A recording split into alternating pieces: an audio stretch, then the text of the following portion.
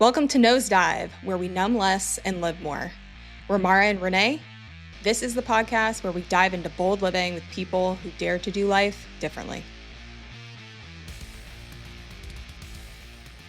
Hey y'all, welcome back to Nosedive. I'm so excited. We've been having so many just like stellar guests on, and we've got Courtney Johnson here. She is an author, content creator, personal brand educator, entrepreneur, and creator of the viral Problematic Career Cheat Code series. She has an audience of over 500,000 social media followers. She's the world's leading expert in overcoming cringe and fear being seen online. We brought her on the podcast today because she is just championing the way that we can hone in our unique abilities to finally be seen, be heard, and monetize that shit if you really want to. And she has just some impeccable cheat codes and pushing past the fear of posting online. And we're just so excited to have you here today, Courtney. Welcome. I'm so excited to be here. What an intro. Thank you. Yeah, I'm like losing my breath. I'm like, oh man, can I say that all in one sentence? Like, holy shit. Yeah, you did great, Nay. Oh, thank you. Courtney, so yeah, for our listeners, just give us maybe like a short little background. I know I kind of gave an intro for you, but yeah, just give us a little taste about you. Yeah, I have always been in marketing. I started my career as a social media manager, like early days of social media, before brands were even on social media. And eventually I switched from managing company brands to personal brands. And over like 10 years, I saw the power of personal brands, how somebody could just make a couple of posts and get an opportunity. Or not just from the opportunities, but also people just digesting their stories and sharing their stories provided so much transformation for the creator and for others. So eventually, I got so tired of managing other people's personal brands and seeing their success and how fast wins came that I was like, fuck it, I'm going to do that for myself. So I've had my business for the last 6 years of creating my own media company with my message and also helping other people build their personal brands. Yeah. I mean, it's absolutely incredible. And for those of you too, like Courtney is my coach too. And she has just helped me push through so many different fears that I've had, through posting online and just like showing up being 100% myself, which I think just aligns so perfectly with Nosedive. That's exactly what we are conveying with our audience and our messaging and people that we like to bring on is your uniqueness, like is the coolest fucking thing, whatever that means. And if you sit here and you're like, oh, well, everybody else is doing this and that. No. Like you being you is what makes it different. So yeah, I just want to say like a shout out to you too, because like, thanks for that. Well, you've been amazing. Yeah, it really is crazy. Like, I think that some people have this idea in their head of, oh, if I want to post, I need to drop everything and become this influencer. And that's not necessarily true. Of course, if you want to make like the biggest impact possible and impact billions of people, yes, that will require a lot more work. However, you can start small. It might just be like learning how to post a win about your client on LinkedIn, or it might be posting where you're going this weekend or asking for a recommendation. Like, what's so amazing about social media is it is a digital community, a digital network, and you can ask for things. You can ask for help. You can ask for clients or support or whatever it might be. And there are people that are willing to help you. It's really, really amazing. Yeah, LinkedIn has just been like this slept on resource. And the more that I dive into LinkedIn, like I'm just seeing the fruits of that labor of getting into LinkedIn. So yeah, I feel like that's definitely a treat. What's cool about LinkedIn is like most people already have one and most people already have like 1,000 connections or something. So you can actually reactivate that. If you want a job or you want a freelance client or whatever it is you want, you can just go on LinkedIn right now and post to your 1,000 connections and say, "Hey, I'm a graphic designer and I'm looking for 3 graphic design clients by the end of the year. Can you guys help me?" And people will help you. Yeah, thanks for the idea. Yeah, you already have those people in your network, and the opportunities come so randomly. It'll be an old coworker from 5 years ago that you totally forgot about. Their partner's cousin's friend's mom actually needs some help, and they saw your post at the perfect time. Yeah. What, like, because I know you have great experience and kind of like this word of expertise around LinkedIn. Why, or can you explain like how that kind of is an untapped space for some people? Totally. So I'm on every social media platform. I love every social media platform. And also, LinkedIn is just easier to get started. So if people come to me and they're like, I have this goal that I want to accomplish in the next 4 weeks, I usually recommend going to LinkedIn, starting on LinkedIn. Yes, other platforms are important, they're fun, etc. But LinkedIn has a billion users, and less than 2% of those post once per week. So all it takes is posting once per week to be in the top 2% of a billion people that are competing for your jobs, your clients, your speaking gigs, your opportunities. So the bar is just really low and it's boring. Like it's really boring to where Instagram is really Mm. interesting. TikTok is super interesting. You're competing against like cute puppies and babies and funny memes and all of that. On LinkedIn, you're not competing against any of that. So it's just easier to see results because not a lot of people do it because it's so cringe. So is it Mm. like, are people engaging on that platform though? Since people aren't posting, are they engaging with people that are posting? It's a lower engagement than other platforms. If you post the same thing on Instagram and on LinkedIn, less it's going to be less likes, less comments on LinkedIn. However, the power of those is really strong. And then there's also a lot of lurkers. Like LinkedIn has a lot of LinkedIn lurkers that maybe they're not going to like and comment, but they might see you at a networking event in 3 weeks and be like, hey, I've been seeing your content. Boom, you're top of Mhm. mind for them. So a lot less like likes, comments, views, a lot more like tactical Okay. wins. Mm. Yeah, I feel like the social lurkers is like a real thing. Like there's people, because Yeah. I'm not very active on LinkedIn, but I post somewhat on social, and people will come up to me, "Hey, I love the content you're posting," and I'm always like, "Thanks, you never like it though." You never say You anything. never like comment on it. But like I do the same shit, You so I get it, but it's just interesting. Kind of it's Yeah, like how we people like are reserve lurkers. reserve our likes for like a certain, it has to like really hit a certain caliber. I don't know. Yeah. Takes a Now lot I more just like effort. everyone's posts. Yeah.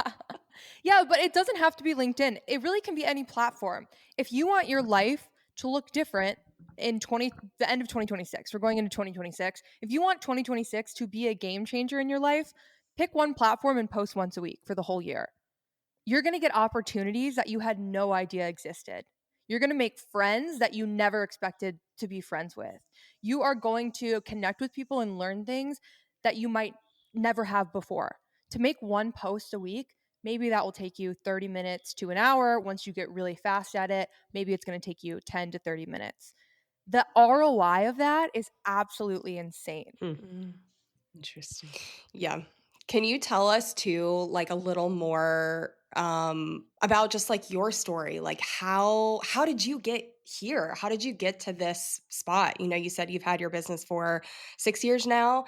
And I think that's something that, a lot of people when, especially on social media and they see people blowing up, it's like, yes, there are some of those instances where the virality does help people, but like I just have this feeling, and maybe it's just me, but like there's a lot more work that goes into it and a lot more healing and reflection and things that kind of come about before getting to that certain maybe goal. So yeah, how did you get here? Yeah, so the turning point is I was really down in the dumps, just got laid off from my job, and I was searching on the internet how to get rich. I was like, I'm broke, I'm 30K in debt, how to get rich. And I went to Reddit, and there was this Reddit thread that said, oh, there's a YouTube video called How to Get Rich by Naval Ravikant. It's 3 hours and 30 minutes long. So I went and listened to it. By the way, How to Get Rich, it's a clickbait title. It's actually about how to think about wealth, how to start to build wealth, how to build leverage in your life, kind of the emotions and spirituality behind money. Not actually how to get rich. That's clickbait. Anyway, but I watched the video. It's basically like Think and Grow Rich, Napoleon Hill. It's similar concepts, just framed for, the 21st century. And I watched that. It completely changed my mind about money, about how to make money. And one of the things he says in that video is you either have to be good at coding or you have to be good at media. Those are the two ways you're going to build wealth in 2025 or 2021 or whenever it was. Media or code.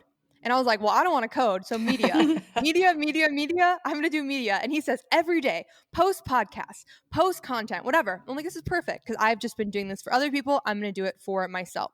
The very first step I took is I created a new Twitter account and I only followed people that were in the places I wanted to be. I only followed, at the time I was freelancing a lot. So I only followed freelancers that were making really good money.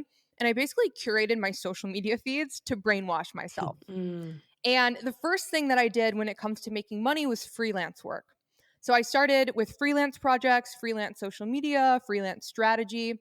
And then from freelance, I slowly moved into other revenue streams. So as I grew my brands, I started doing brand deals. I started just reaching out to brands I already use and love. And it started very small, commission based, a few $100s, and grew from there. I also started a community on Patreon at that time. And then I started teaching social media since I've been doing it for so long and doing some one-on-ones, etc. That all grew. That all grew and compounded to where I took on less freelance work and did more media work, more brand deals, more consulting. And my business has just kind of grown from there. Yeah. I mean, I think it's so just refreshing to see and hear from someone like you who really started at, and of course, like your experience leading up to that point, like is your foundation. But I think it's just inspiring to know that, like, you can do this, like it's obtainable and there are action steps to do it. But then on the other piece, what kinds of maybe healing did you have to do and kind of go through to keep yourself going in the moments where you're like, oh, fuck, like I just want to go back to the 9 to 5, like it's not working for me or it's not working or whatever it is? Like, what were the things that kind of kept you through to not, I don't even want to say like go backwards, but keep pursuing what it is that you wanted to do? Yeah, well, this was actually my second attempt. My first attempt, I did go back to the 9 to 5. My first attempt was in maybe 2018. I was like, I'm going to go on my own. I'm going to freelance. And it actually didn't work out. Went back to my 9 to 5. So I knew that my worst case scenario was going to work at some random startup for like a decent salary. But I definitely had to do a lot of internal work. That's probably 80%, 90% of it. Yeah. A lot of TBM. I know we both do TBM, to be magnetic. I think that's the most accessible, like somatic experiencing healing program that I know is in the market right now. Like it's $30 a month or Yeah, I something. think it's even less than Yeah. that because they run promotions like all the time. Yeah. Yeah, I send people there all the time because I'm like, you don't have to spend a ton of money, whatever. Done a lot of psychedelics, done a lot of hypnotherapy, lots of hypnosis, especially around money, a lot of meditation, a lot of yoga, a lot of personal self-development workshops, a lot of retreats. Like anytime I came up against a ceiling, and by the way, the book The Big Leap talks about this a lot, and that's kind of how I frame my like healing work. And it basically says that we have a comfort zone when it comes to success. So once we start to hit that ceiling of success, we feel uncomfortable, and that's when our wounds start to come up. That's when the stories of I'm not good enough, that's when the traumas start to come up, and that's when you know it's time to go to a class or maybe go to therapy or whatever. So what have I done in my healing work? Literally everything. I'm like, I'll try anything. Yeah. Like, give it to me. I'm gonna try it. I'm gonna do every weird like ritual and hypnotherapy and yoga class and whatever. And I wish I could say like I would like this is the easy button and you click this button and it's done. But it's really a lifelong journey. Yeah, I feel Yeah. like that's really important to acknowledge, because Mhm. I, at least from my own experience and perspective, I quit my 9 to 5 job about 3 years ago, and I'm like, yeah, I'm gonna like do this thing. And I had one mentor tell me that starting your own business is like the fastest track to interpersonal growth possible, because you Yeah, will yeah. you will hit every trigger wound that you have, and it just from that perspective, what a journey, what a Mm. trip, you know. However, I'm just kind of curious, like how you have balanced like this whole realm of spirituality and growth and like all of these things that sound just very rich and deep, which of course they can Mhm. be, but also at the end of the day there's like the tangible practical side of things too. And sometimes I get so fucking sick of hearing a coach be like, Mhm. just meditate harder, or like, and it's like, Mhm. fuck off, you know? Oh. So Yeah, I I'm know. really curious of like, have you hit moments of being like, what the fuck? And when you have, are you just like, let me just totally reframe this again? Like, are you actually shitting rainbows?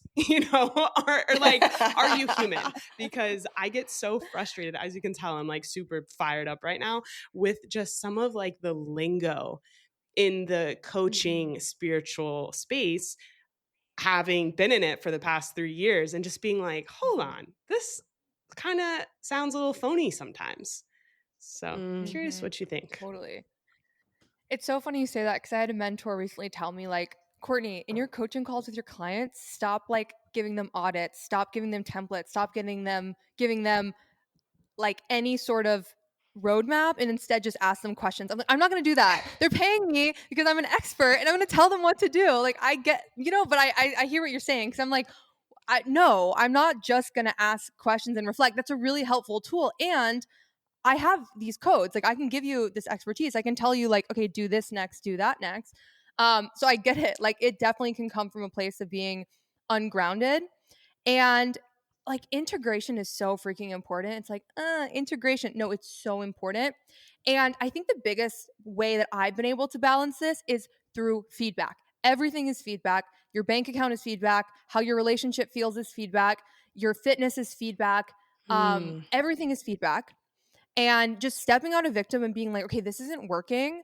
How can I take extreme ownership? How is this on me? And when you come at it from that frame, it's hard to gets too sucked in the spirituality world, because the spirituality world, oftentimes I think the mistake that happens is people go into victim. Well, this is happening to me, or I something's wrong, something's broken with me, I'm just having bad luck, or like I don't know, whatever. When you take ownership, it's really hard to be stuck in that ungrounded place when you take ownership of your exact situation of where you are right now.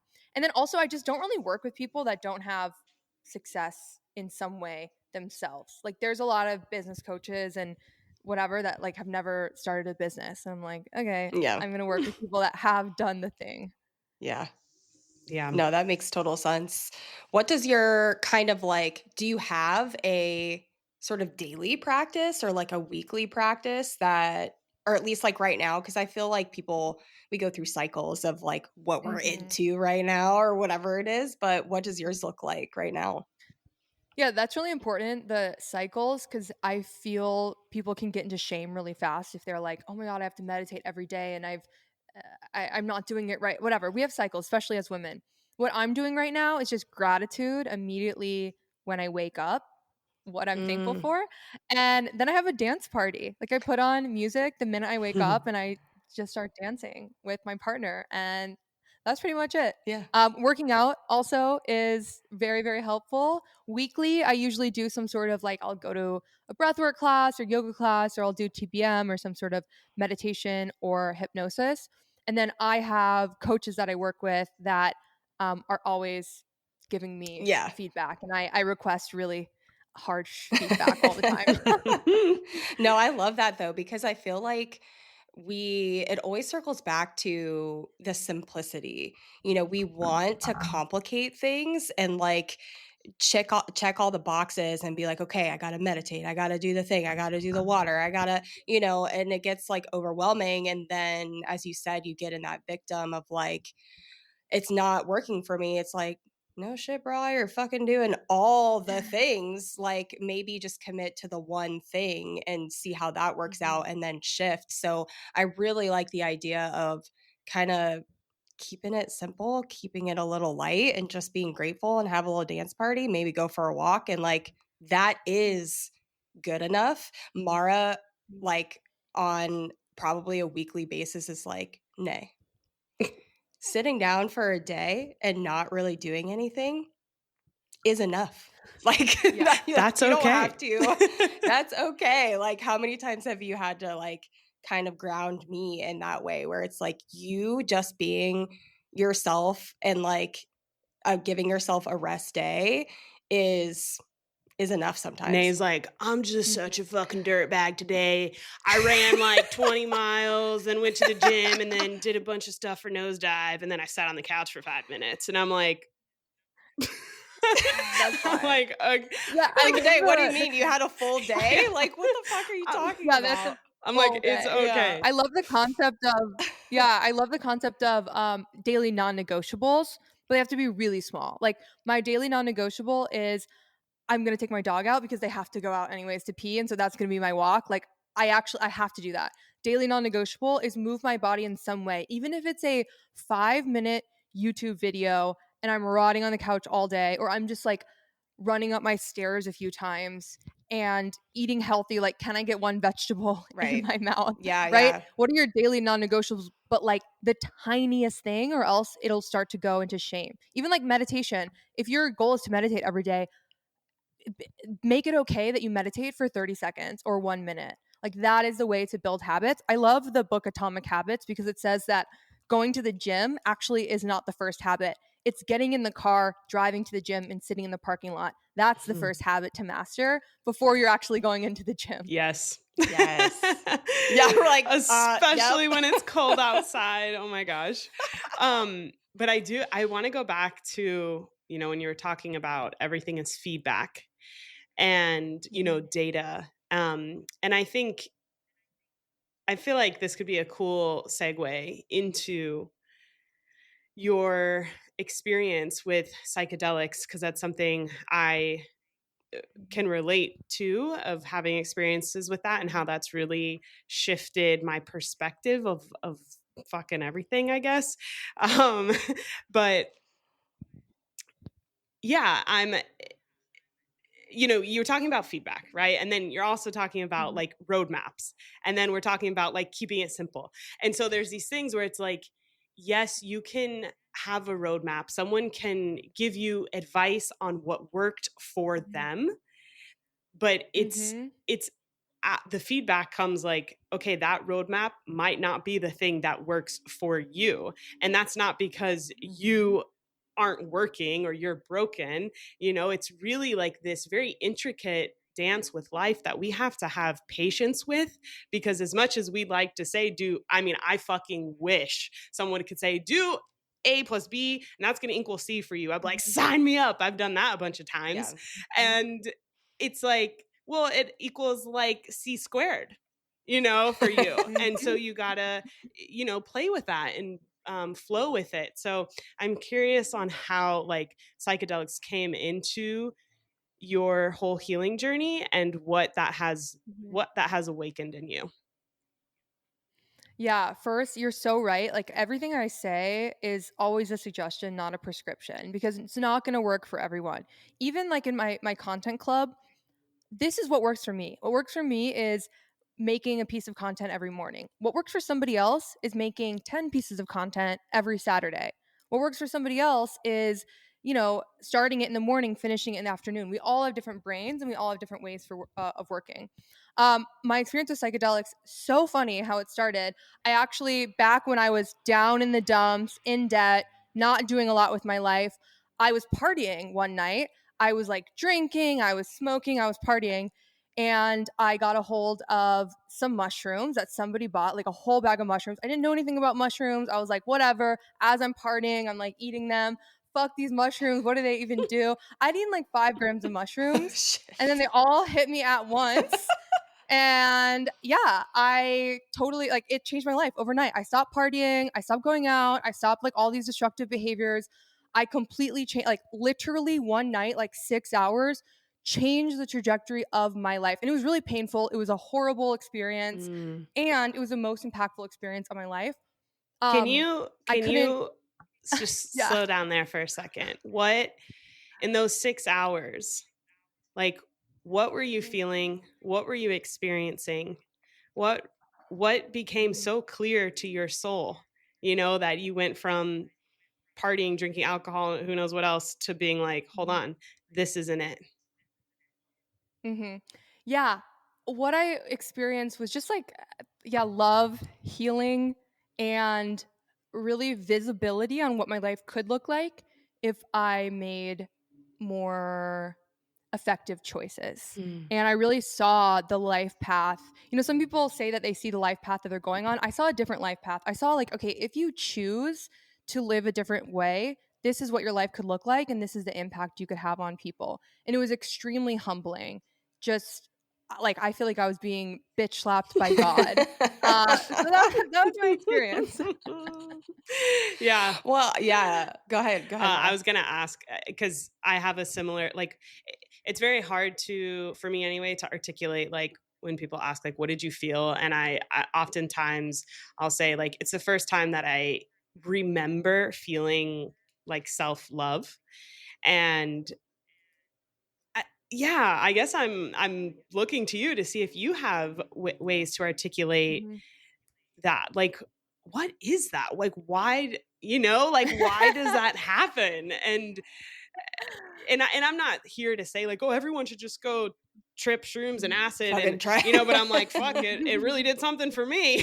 I don't know. Me too. Yeah, I mean, it's an indescribable experience for sure. I remember being on the depths of Reddit like every single day for the next 3 weeks, being like, "What the fuck happened to me? Like, what was that?" Like, there are no words to describe. I mean, it was the most impactful experience of my entire life. I mean, what it felt like, I don't know, like a donut collapsing in on itself and Hmm. like giving birth and dying and like being the baby that was being birthed times 5 million while being slapped in the face is what it felt like. Yeah, I guess. But yeah, there really are no words. But it really does like connect you with the divine, and it is so healing if you're doing it in the right way. And I didn't even do it in the right way. I did it in a partying way. It just it humbled me. Right. Yeah, I think that's interesting too because I kind of stumbled into it and um I had zero expectations. And Mhm. after I'll never forget this moment when I was holding a tangerine in my hand and it started to really settle in and I just like looked at the tangerine in my hand and it was like pulsating. And I guess for me it was like it really enhanced every micro moment and how beautiful Mhm. and rich life can be. So when you're in a place that feels dark and hopeless, um, that it kind of like resparks something like, hold on, don't forget, like everything around you Mm. is alive. You are alive Mhm. and you belong here. And that, that, in that moment, I was like, oh shit, because this was acid. And I was like, this is going to be a long day. Long And I don't day. know Yeah. what's going to come about, but after that journey, I knew that it was meant to be used in an intentional way for me. And that's Mhm. how I did use it, several times after that. Because I have friends and other people who are like, I don't use that shit intentionally, whatever. And that's fine, but I'm just Mhm. kind of saying that if that is something Mhm. that is of interest to somebody, it Mhm. can really be used in a way to go inward and open parts of your mind and heart that maybe you haven't accessed before, or it's been a very long time since you have. And especially, Yeah. doing that under the guidance of people who facilitate those types of things, I think can be really great too. Yeah, I know a lot of therapists who are like leaving traditional therapy to facilitate psychedelics, which is really cool. Texas signed a bill last year that I think is $90 million, funding psychedelics for addiction Wow. research, and I'm really really excited Whoa. about Wow. that. Yeah. Yeah. Well, I think that's just so it's so interesting to me, like the depths of this conversation, because, our whole premise and kind of what came after that for you, Mara, was like, giving up the alcohol and like the sober curiosity, and what we talk about, the data points and taking the feedback and understanding sort of where we fall in this world. And I just think it's so cool and interesting to hear both of y'all's renditions, that there is like this through line of similarity that can bond both of you guys through your experiences, through this connection, to but they were also so different, Mhm. and also put you on a different path where you are choosing to actually numb less to live more of this vibrant life. And it's funny that like sometimes it does take these different experiences to kind of get us to that level, to wake us the fuck up. Yeah. Courtney, Mhm. Yeah. I don't know if this came to you at all, but I remember, the first couple times I'm doing psychedelics, I'm like, holy fuck, like anytime I drink alcohol, I'm just like Mhm. dead inside. But anytime I'm Mhm. doing psychedelics, things around me come alive. And Mm, so Mm. that really started to shift my perspective on alcohol. I'm like, hold up. Like, wait, one of these has just like Mhm. a very different, and this sounds whatever cliche, but a total different energetic presence to them. And Mhm. yeah, I'm curious, like, Totally. why that shifted. How do you think that shifted for you? Yeah, it made I went from drinking alcohol like almost every day and partying every weekend to being like I don't want to touch alcohol. And I was also like vaping, and I stopped after that too. It just Interesting. yeah, I don't know, it just removes the craving. The my experience of it is like when you do psychedelics, well first of all, I don't, maybe some people can if you're really great at abuse, but I feel like you can't abuse Mm. psychedelics cuz they kick you out. Like after I had that mushroom trip, it kicked me out for like 3 years. Like I couldn't do any psychedelics because it's almost like the feeling of you're full, you're so stuffed, and you just had like the biggest meal ever, and someone's like, "Hey, you want a piece of pizza?" You'd be like, "No." That's how I felt mm, for a couple of years. But yeah, it made me be totally repulsed around alcohol, vaping, which it's magic. I mean, I'm like, well, it was after one night. I actually have a friend that's been sober for a couple of years, and she had a really intense addiction to alcohol, and she was going to relapse recently, mm. and she had a whole plan to relapse, and on a last ditch effort she called her friend, got some mushrooms, took a ton of ate a ton of mushrooms, and had her alcohol, was about to drink, took one sip, and she said the mushroom showed her it was like poison. She threw Wow. up, and then she threw all the alcohol away, and she was like, fuck it, I'm not relapsing. Whoa, Wow. that's crazy. It's See, Yeah. crazy, that's what right? I'm saying. Yeah, like what the fuck? Yeah. Like I don't Yeah. what? know. Well, exactly. I know we kind of like had like a little bit of this conspiracy piece of conversation with a different guest, but it's like, yeah, who wants us to be drinking alcohol versus who doesn't want Yeah. us to have access to these other medicines that can potentially, Mhm. and I'm not saying that, oh, yeah, it's great, Mhm. for you to do all the Yeah. time. Not Mhm. saying that, but there's obviously some through line benefit when it comes to, Mhm. us just yeah, loving ourselves and other people around us. Like, is Mhm. nuts. Yeah. Courtney, what's your current stance with alcohol and like other Mhm. substances as of now? Like, do you still feel that Mhm. like ugh, towards alcohol, or are you kind of something you just kind of Mhm. like dip in and out of, or what does that look like now? Mhm. I feel really blessed because the culture where I live in Austin is there's just not a lot of alcohol around Hmm. ever. Mm. Like last weekend, I went to a sober Halloween party, and that's just like kind of normal for things to be sober, have events to be sober. What? Where do I you drink very Yeah, I know. live? We're rarely. like, what the I know, fuck? move to Austin. I drink very rarely. It's just like not a part of my life, and it's not something I'm like super interested in the same way I'm just like not super interested in like eating Yeah. McDonald's on the Yeah. reg. I'm like, okay, like I just don't really care. But yeah, Austin is so, I mean, the community is incredible. Like if you go to a networking event, it won't be alcohol. There'll be like breeze there or something like that. So interesting. It's really cool. I know. I've every restaurant has an amazing mocktail menu. Like it's the Dope. best. It makes it very easy. There's like very little temptation. Yeah. Totally. Yeah, we're like, what the Yeah, move fuck to is that? Yeah. What does Come that feel visit. like? Yeah. I know there was even someone on Reddit recently, on the Savannah Reddit that was like, "Hey, is there any like sober-ish parties going on for Halloween?" And there was like 2 people who said something.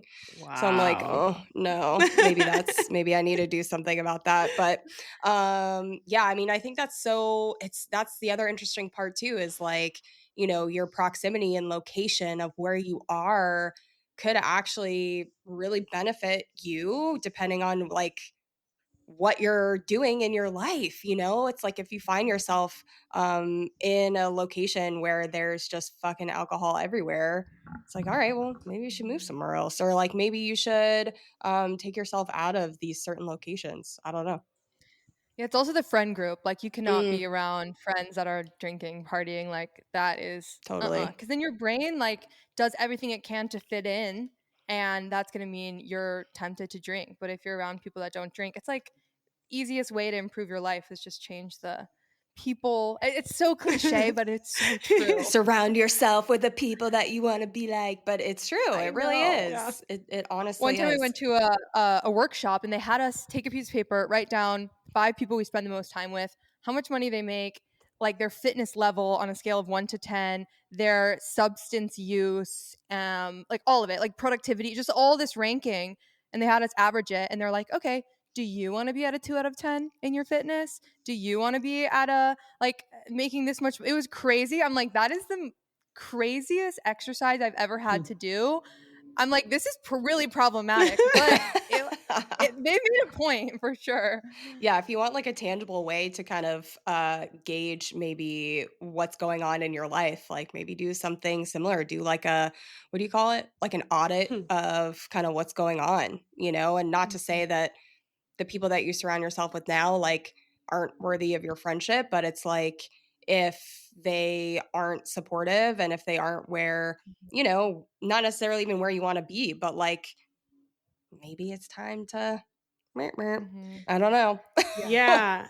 Yeah, exactly. It's at least spending less time and finding more time, especially like what you guys talk about, not numbing. Like if you are around people who are constantly numbing, you will too. You can count on it. It's gonna happen.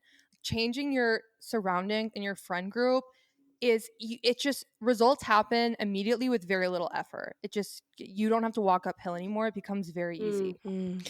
Yeah, I think too, when you're changing something about your lifestyle, of course, you're building new skills and mindsets and, all of this inner strength. So, removing things that tempt you to stay Mhm. stagnant uh, is a really great idea, and then there's kind of the other side of it for me anyway that I like to kind of dance with is kind of going back into those spaces with the quote unquote new and improved like mindset or lifestyle habits, Mhm. and kind of checking in with myself, like how does Mm. this feel from this perspective now, um and because like what do they call it when we're just always surrounded by like one group, or you're kind of, why am I blanking on this? Like you're not in a bubble, like in a bubble kind of, um, Mhm. that there's like pros and cons to that, and like, but I feel Mhm. like in order to you just like have to have so much honesty to be able to, with yourself, to be able to like go in and out and like back and forth with the variety when you are still trying to like quote unquote be more um productive or whatever. But Yeah. it's cool to like kind of go back in time without actually being able to go back in time. That's fun. I love that. It's like a mind fucked. Sometimes, but like I said, not always advised, but it is interesting. Yeah. I mean, I think even this most recent, event that I went to, that Hello Sunshine one, and I was like so stoked. So I was like, this is California. They're definitely going to have non-alc stuff there, like not even worried about it. And I go there and there wasn't. And I'm like, whoa, okay. Well, now I'm in this arena of women who I do really look up to. And I think it was super beneficial regardless. But, there are a lot of women there getting fucking hammered. And I was like, Mhm. wow, like I used to go to a lot of different events and my life was kind of surrounded by this. And that was like the main focal point. And to, like you said, Mara, like be on the perimeters of that and what that lifestyle looks like was very interesting for me. Yeah. Mhm. And cool. Yeah. Like Yeah. throughout the years, you've developed like that inner confidence to be able to be in that situation without being Mm, like, oh shit, fuck this. I gotta like, I can't, I'm so uncomfortable that I'm gonna go and indulge as right. well. You were like, Right, right, right. like, no, I'm good. I'm like acknowledging how I'm feeling because I am not numbed out. This is uncomfortable. I am a little annoyed. And I'm still choosing to stay connected. And you made great connections, like despite the lack of you know, different beverage options that would be more Yeah. inclusive. So that's really Mhm. cool. And I did give him feedback. Yeah. I was like, here are 10 women-owned non-alc businesses that you can hire next time. Hell yeah. No shade Yeah, that's anymore. wild. So I thanks, feel like a Courtney. lot of entrepreneurs that I know don't drink. It's Mm, like an advantage, It gives you an edge. yeah. So, but I don't know, I guess a lot do too. But yeah, I actually had Mhm. a mentor tell me one time a few years ago. He was like, "Courtney, if you don't drink, you'll have a leg up around everyone else." And for some reason, the way he said that, I'm like, it's a competition and I can win more if I Yeah. don't drink. Okay, like that immediately clicked. I was like, I want to win and I Yeah. want to have a leg up over other people. Okay. Yeah. That sounds so horrible, but some people have like, these certain skills that give them a leg up. Some people like Mhm. come from families that give them a leg up. He was like, "No, Courtney, don't drink and that's your leg Yeah. up." I'm like, "Okay. Okay. Yeah. You're like, I can do that. I could do I can that. do that." Yeah. Yeah. I'm sure you guys say that to the like athletes that you work with Mm. too. Like, you'll win Oh, more. totally. Yeah, I mean, that's something I Yeah. reflected on too. It's like, holy shit, if only I didn't drink maybe during college, it would maybe would have been a little different. No, but I didn't drink during college. Oh, I was really? a yeah, I was a dancer, Me and too. because I was always like, "Really?" Yeah. I was always like, "I need to get this audition," whatever. Yeah. I really in competition mode, but I was so annoying to everyone around me. Like people, like my roommates would be drinking, and I'd be like, "Is that decision bringing you closer to or further away from your goals?" Like I was so annoying about it. Nobody liked me. It was not cool. I was so judgy. Like not a good idea. And then I Oh, had my shit. party phase later in life. I wish it would have been in college. Oh man. Oh man. Well, I mean, everybody has their timeline of why they need it in their life and not. And so, yeah, I mean, I think it's just your own story and how it unfolded. But yeah, no idea you're a dancer. That's so Mhm. awesome. Mara grew up being, yeah, that's what Yeah. she did too. Yeah. That's amazing. It's my 2026 goal to dance again. Ooh. So Like, do you want to what do like an happens? adult Nice. company or are you thinking like just for funsies? I actually want to learn ballroom. Mm. Whoa, Hell yeah. that's Yeah, intense. I know. We're gonna be spending a lot more time in Puerto Rico. That's where my partner's from. And I mean, there's a ton of ballroom there. So I'm like, okay, I guess I'll learn ballroom. Oh That'll be my fun. gosh. That's amazing. That's also funny Dude. to synchronicity there because my mom's side is Puerto Rican and I have family in Puerto Rico that I have literally never met. Oh I my know. I gosh. know. Okay, well, time to I go to know. Puerto Maybe Rico I'll Trip and to see you Puerto figure out out a Rico? there local place. and we'll go we'll go Yeah. ballroom dancing. Oh my That would god. be the dream. Yeah, I Oh, love it. That's so fun. dude. This conversation's been so fun, I know. honestly. Hmm. Love the microdosing. I think it's funny too, and I'm so like ready to see what people think about this conversation because I think with us, like with Nosedive, we talk about sober curiosity and being sober-ish and really seeing it as an experiment. And I think that a lot of the time people hear sober and they're like, oh, I don't really Hmm. want to say, but it's like there's just such a varietal and like spectrum on this subject of what Hmm. we experience in order to get the clarity that we need.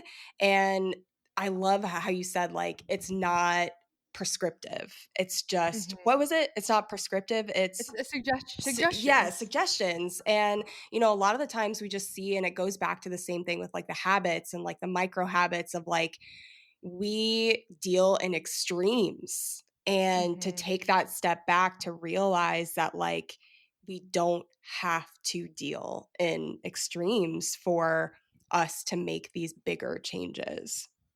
Mhm. So to hear Totally. your That's story so is great. important. And that makes such a big impact because I do agree, like when you're also like what is like people have different definitions of sober. They're like, well, I'm sober but I still smoke cigarettes, but I'm not sober but I actually, like there's so many different definitions that to position and frame as like sober curious, you don't have to commit, you get to test it out, see what works for you, is just really effective, and it's just going to bring so much more people into your message, and I think it's super relatable and super awesome. Yeah, Thank you.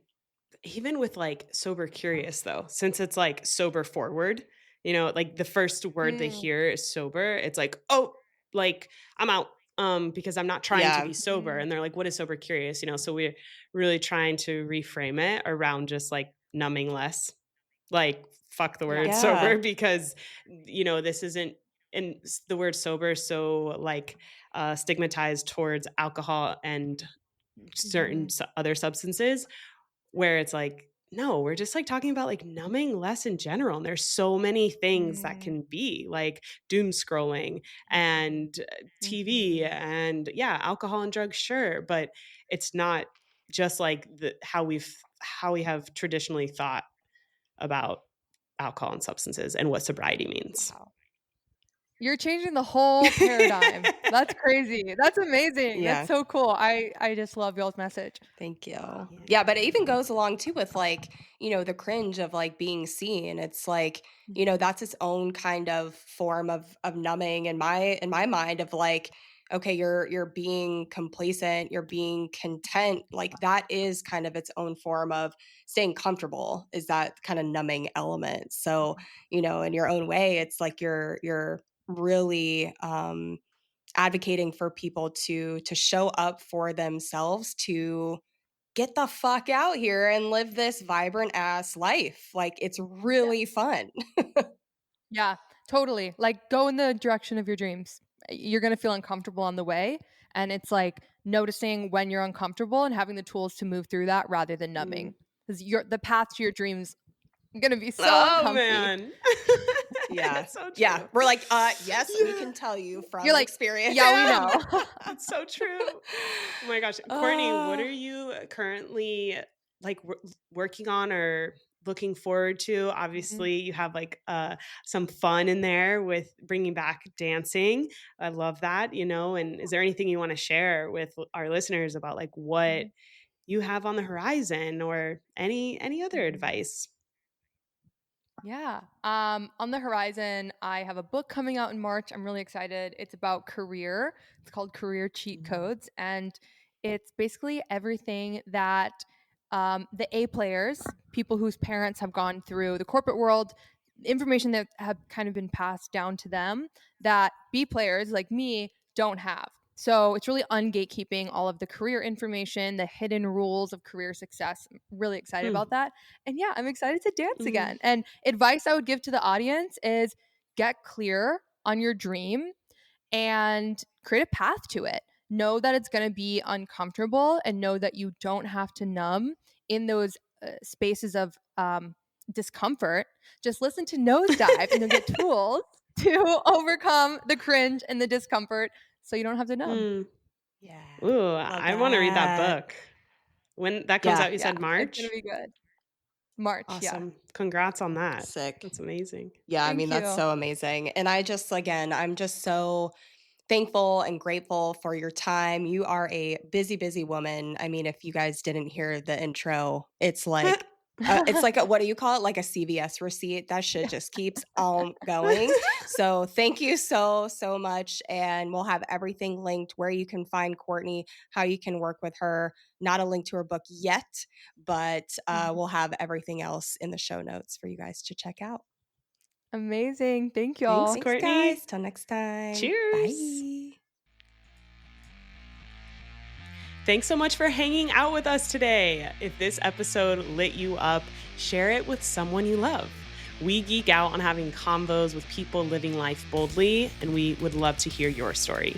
So email us at info@nosedive-co.com, and don't forget to like, follow, and hang out with us at Nosedive Co. on Instagram, TikTok, and YouTube.